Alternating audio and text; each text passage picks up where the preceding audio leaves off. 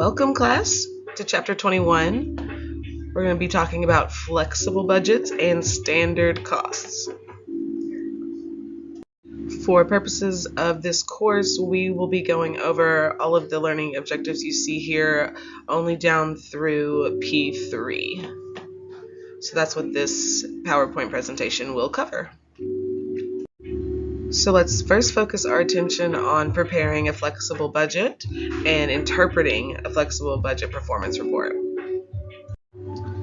Okay, so if you remember, managers use budgets to control operations and see that planned objectives are met.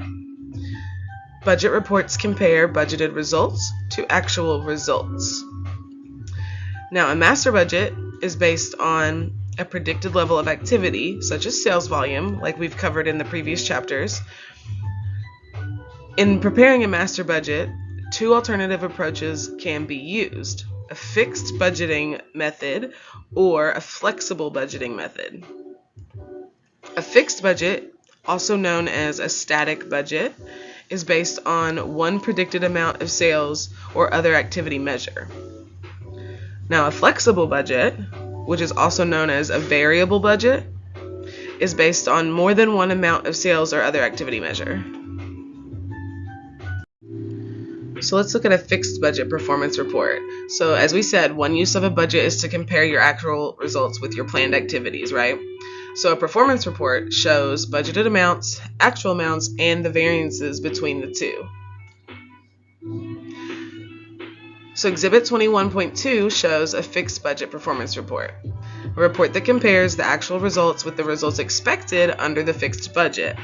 So January's fixed budget for the guitar maker is based on 100 units, but 140 units were actually sold. So the far right column shows the variances between the budgeted and the actual dollar amounts for each budgeted item. We use the letters F and U to identify variances. A fixed budget report is limited because it is not an apples-to-apples comparison based on similar levels of activity. In Exhibit 21.2, the budgeted amounts use 100 units, but 140 units were what was actually sold. So now let's go back to the F and the U. The F stands for favorable variance. So when the actual income is higher than the budgeted income, it's a favorable variance. It is also when the actual revenue is higher than the budgeted revenue, or when actual cost is lower than budgeted costs. So if you just think about that logically, it's more favorable when we have higher income, higher revenue, and lower costs. So then the U, you guessed it, stands for unfavorable. So we have an unfavorable variance when actual income is lower than budgeted income. So then it's also when actual revenue is lower than budgeted revenue, or when actual cost is higher than budgeted costs. Now, a flexible budget prepared before the period begins is often based on several levels of activity. Budgets for different levels provide a what-if analysis that often includes best case and worst case scenarios for the activity levels. This allows management to make judgments, and they can make adjustments to increase the profits or decrease the losses. A flexible budget prepared after the period end helps evaluate performance. It is an apples-to-apples comparison because the budgeted activity level equals the actual activity level. So the comparisons of actual results with budgeted performance at that same activity level, that's more likely to reveal the real causes of any variances. Again, it's just putting apples to apples. Managers then can focus their attention on the problems resulting in the unfavorable variances, and they can figure out what opportunities they have going forward to change those to favorable variances.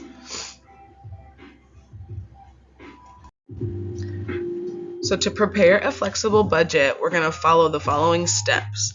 First, we need to identify the activity level. So is it units produced or is it units sold? Second, we're going to identify costs and classify them as fixed or variable within the relevant range of activity.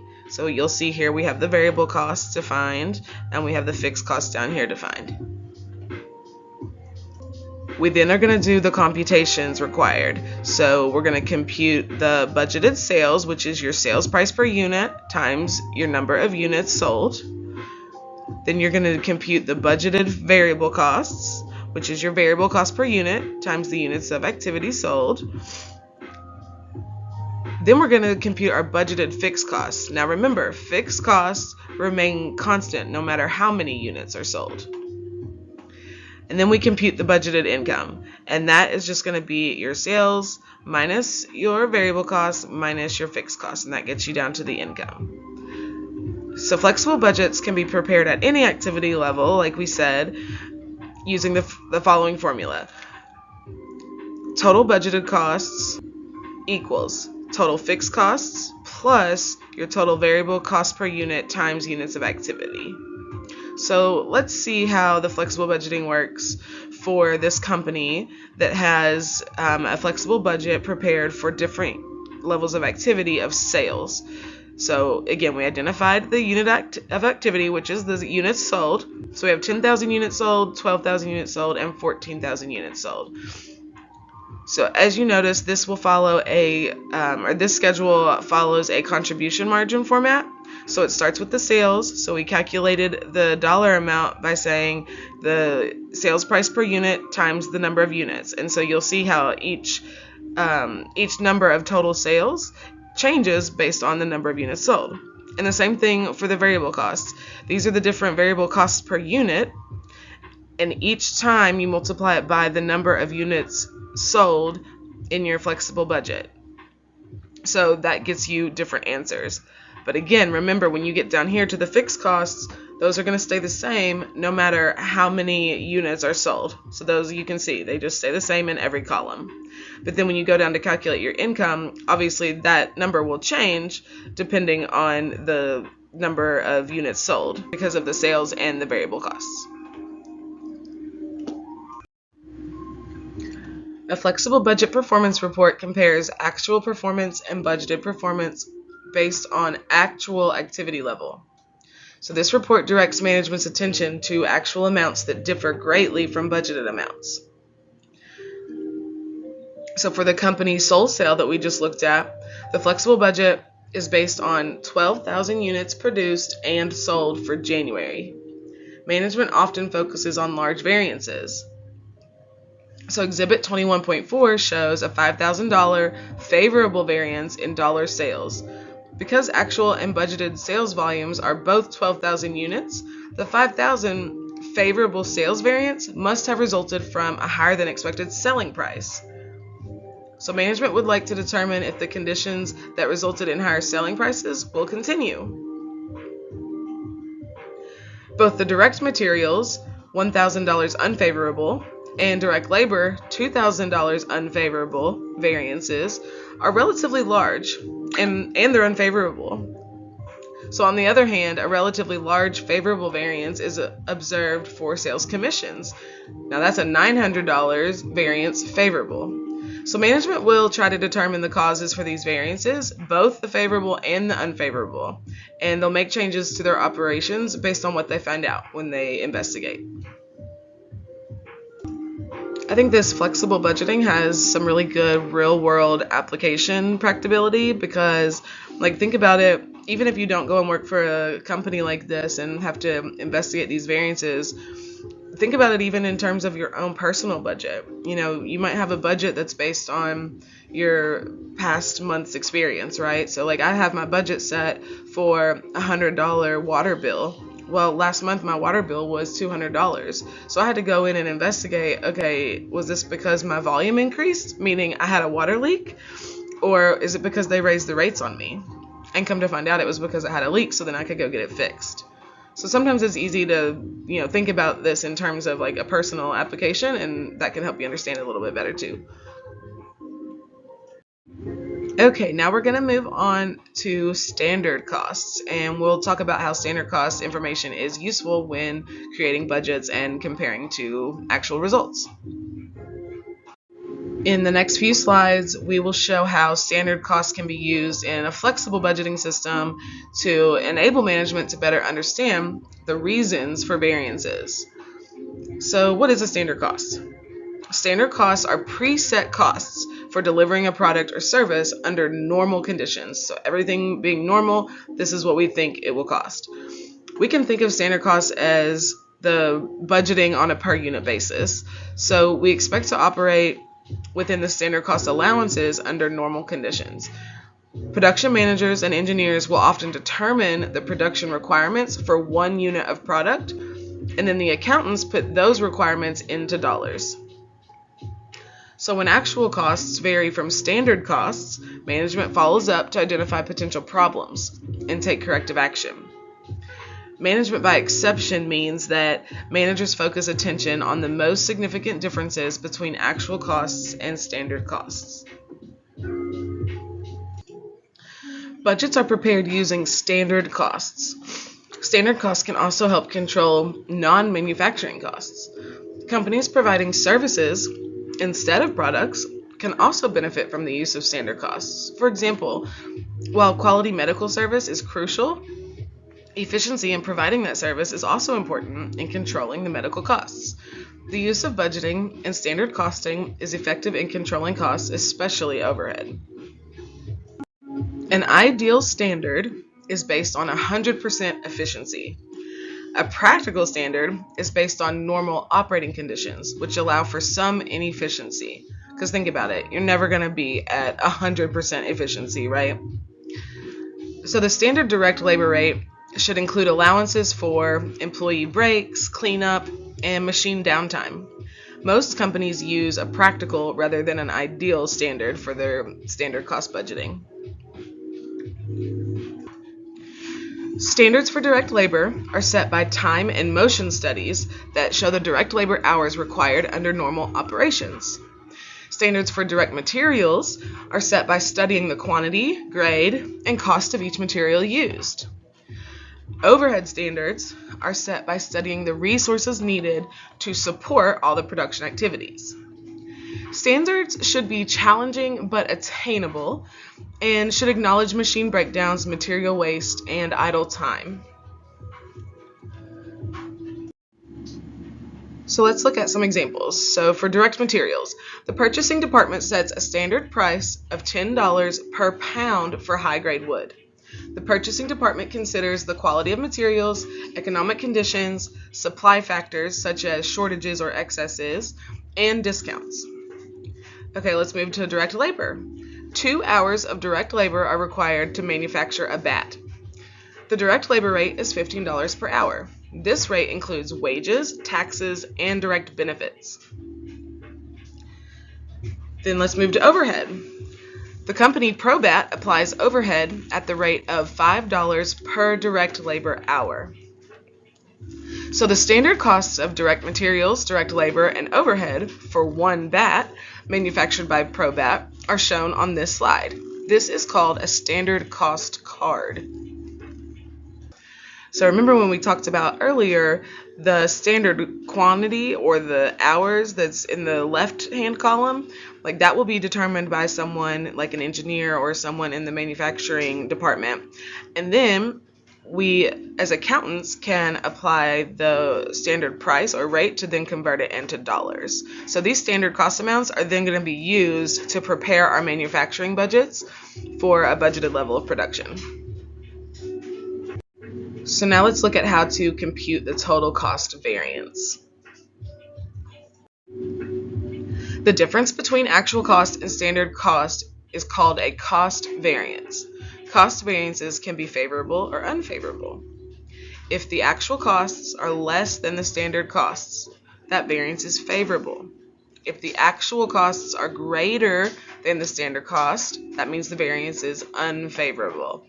Remember, favorable gives us a higher income amount, so that means that the costs would be lower. And an unfavorable variance gives us a lower income, which means the cost was higher than expected.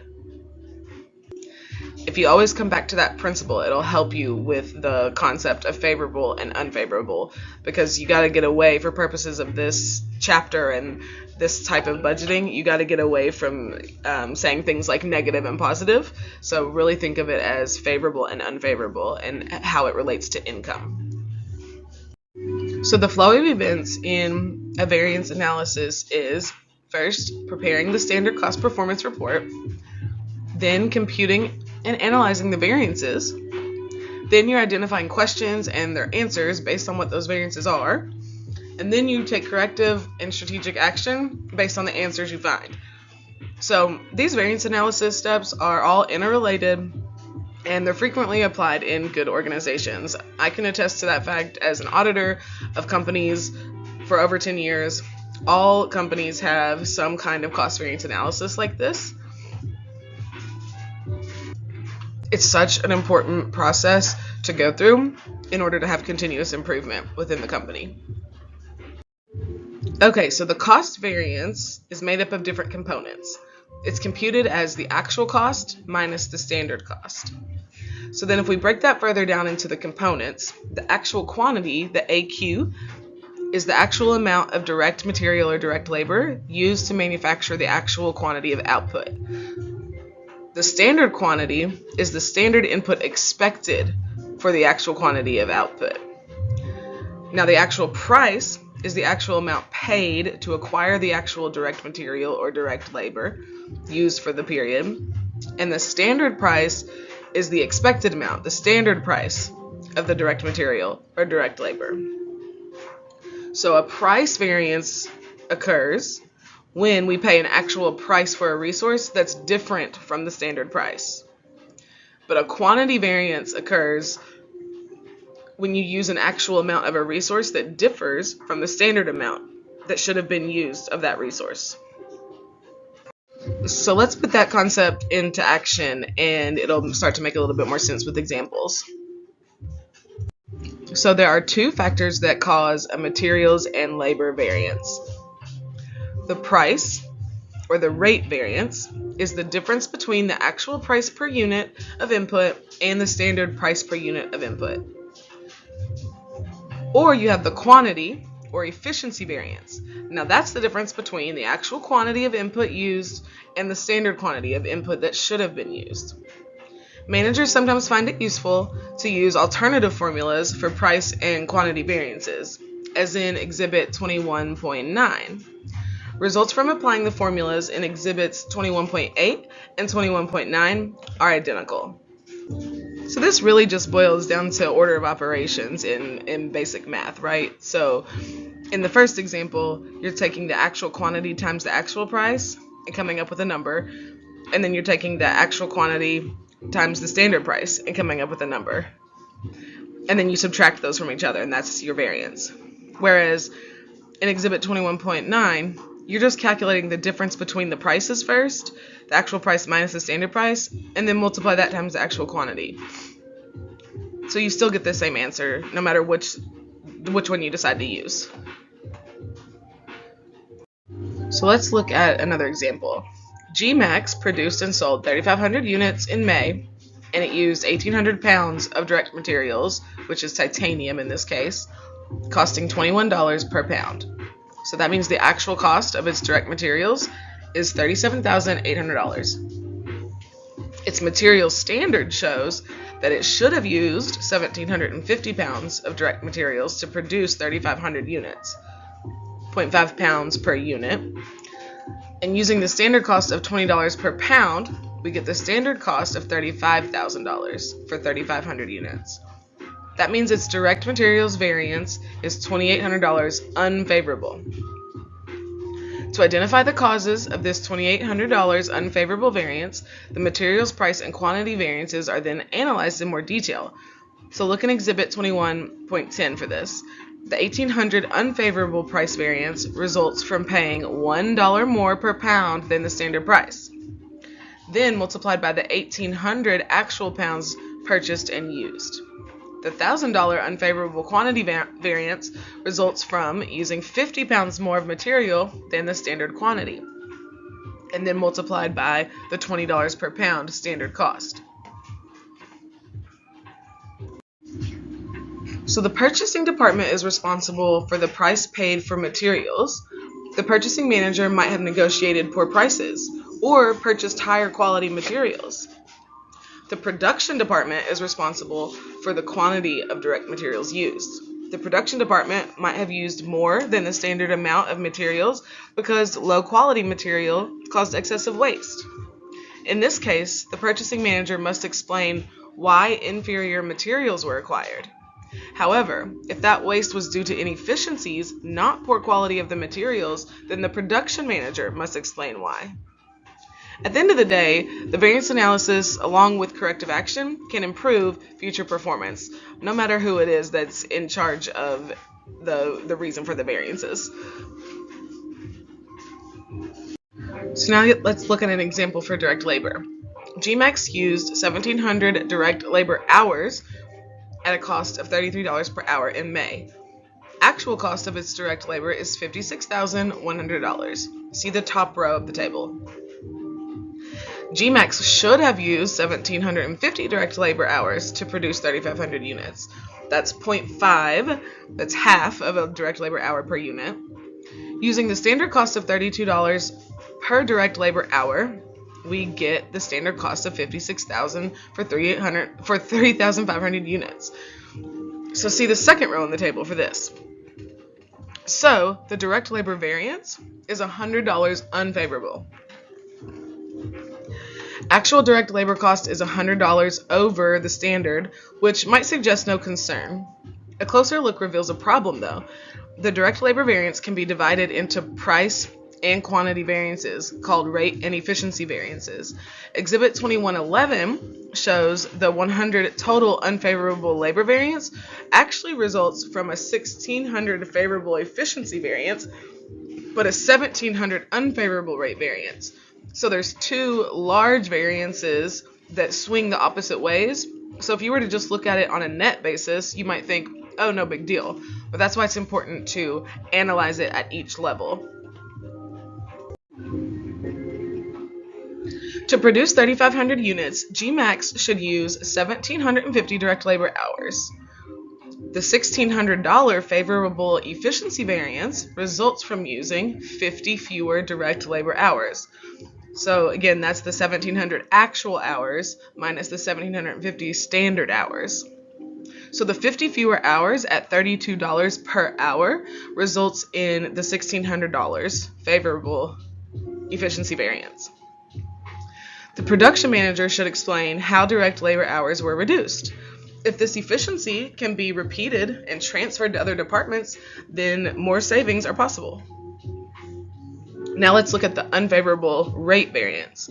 So the $1,700 unfavorable rate variance results from paying a rate that is $1 per hour higher than the standard. So the standard was $32, but the actual rate came in at $33. So each of the 1,700 actual direct labor hours used $1 more. So that results in the 1,700 unfavorable rate variance. So now human resources or the production manager needs to explain why the wage rate is higher than the standard. Good luck on this chapter and see you guys on the next one.